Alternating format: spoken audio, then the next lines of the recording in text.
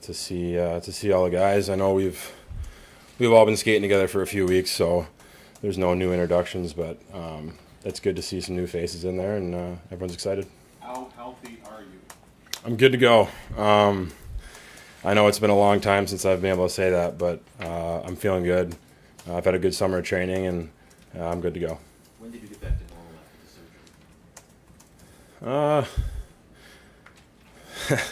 Probably halfway through the summer. I started skating the start of June, once, twice a week. Then as July picked up a few more times, and then basically in August is when I tried to really push it and get on the ice 4 or 5 times a week, and I've been going pretty consistent with that since at least the start of August. So I'd say it's been feeling good for quite some time. How good was it for you to get back on the ice in Minnesota? Maybe you could just kind of get that out of the way. Yeah, I mean, I think anytime you're off for that long of a period of time, you always wonder what it's going to feel like when you come back. But I kind of eased my way into it. I think in the past I've tried to be over aggressive about a few injuries, and I've ended up just kind of hurting myself more. So just trying to be smart about it, and I tried to, like I said, get on the ice as much as possible, being smart about it. And there were some good skates in Minnesota where the pace is up pretty good, but I'm looking forward to playing some preseason games. I haven't played a game since January, so my looks will be a little different than the summer skates. Jack was talking about how the offseason changes, and there just seems to be the negativity that was around this franchise seems to be at least fading, pushed into the past. Do you sense a newness given with all the changes that have been made and the new faces that are coming in here and just forgetting about what happened last year? Yeah, I think you try to learn from every experience you go through, especially in sports. That being said, we're not dwelling on what happened in the past, and you can't look too far to the future. You got to worry about what's right in front of you right now, and that's getting camp started the right way. I think everyone kind of took a long, hard look in the mirror, and got a chance to clear their head over summer, and then come back with a positive mindset, a fresh mindset, and you get excited for the season again. You've seen these guys in these informal skates now. How much do you just sense the need for speed that Jason wanted to put in is really getting into this organization now, and you guys are going to play a different way? Yeah, I think the game gets faster and faster every year.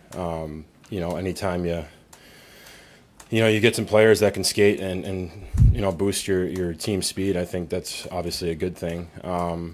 That being said, we have to learn how to play the right way, and you can skate a million miles an hour, but we have to play a good team structure, and that's going to be six guys, including the goalie, all in unison on the ice together. This is obviously an exciting time when everything starts. How do you keep it exciting throughout the from a day to day? Well, like you said, you approach it day by day. I mean, 82 games is a long season. You're going to go through ups and downs. It's just a matter of, finding that happy medium where you show up every day and you're doing the right things to make yourself a better player and a better teammate, and in turn make yourself into a player that's going to help your team.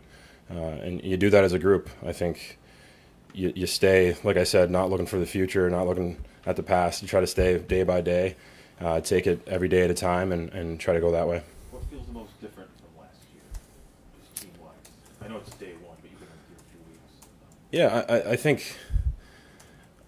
I think as a group we've grown. There are a lot of new faces in there, but I also think that the guys that have been together the last few years have broke down some barriers and had some conversations that we haven't had in the past, and it's that's something that I think is going to be good for us as a group.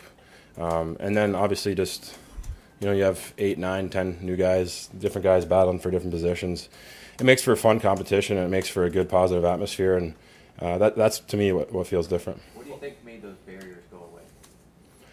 I think just maturity. I think anytime you play more and more years in the league, you get more and more experiences. You try to what you've learned that's worked in the past and what hasn't, and you kind of come together as a group and have those conversations, and there's been a lot of good conversations. What about Velding? Just what have you seen of him? Have you been on the ice with him yet? For like 15 minutes, and he looked pretty smooth. Yeah. Well, what do you make of what this 18-year-old's potential can be, and the possibility of maybe him being your defensive partner? Well, I think, when I came to the league at a young age, there is a lot of pressure.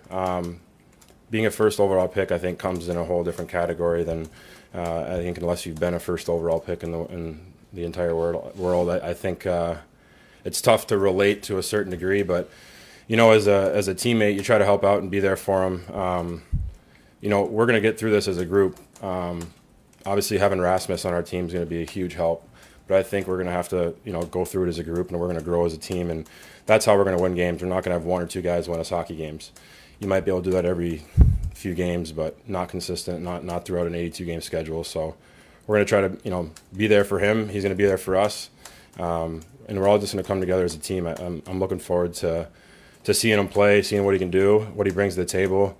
Obviously I've seen all the highlights and stuff like that. They're all over, and he looks like he's going to be a great player. But what I like about my short time around him, he's a great kid and he's a good person.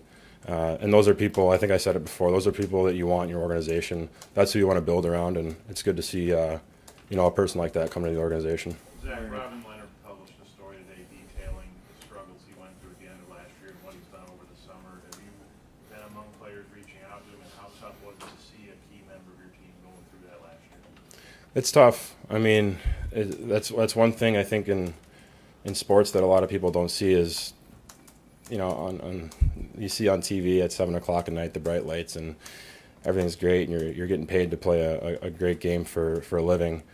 But there's a lot of things that go on away from the rink that a lot of people don't understand or don't see, and it is tough to see a teammate that you care about go through stuff. But it is good to hear that he's doing well. I played with him for 3 years, and I have nothing but good things to say about him. Obviously, as a team, we didn't have much success in front of him. He didn't have a ton of help in front of him as far as on our consistent basis, playing in front of him. But it's good to see, take hockey out of it. It's good to see personally he's doing well.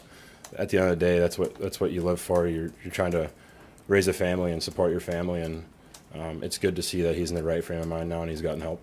Your number, any significance to it? Just fresh start? I've worn 4 my entire life, and then when I got 4 or 44, and then when I got here, 4 and 44 were taken.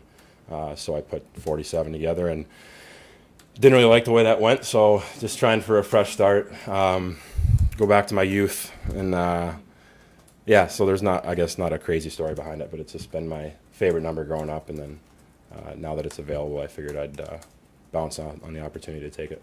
Thanks, everyone. Thanks, guys.